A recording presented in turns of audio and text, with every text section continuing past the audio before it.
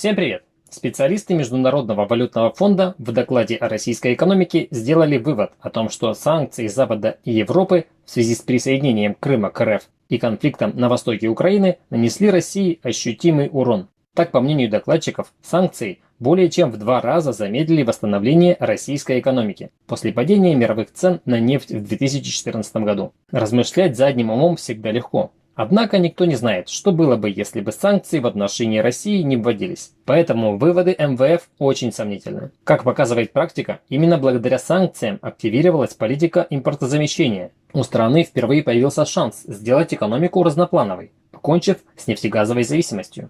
Таким образом, санкции в отношении России определенно пошли и на пользу. Кроме того, потеряв в лице России экономического партнера, страны Запада и Европы также несут огромные потери. Поэтому односторонний доклад МВФ о последствиях применения санкций в отношении России больше похож на самовнушение о собственном превосходстве. Как говорится, сам себя не похвалишь, никто не похвалит. Друзья, а что вы думаете о последствиях санкций на экономику России? Спасибо за внимание. Пока.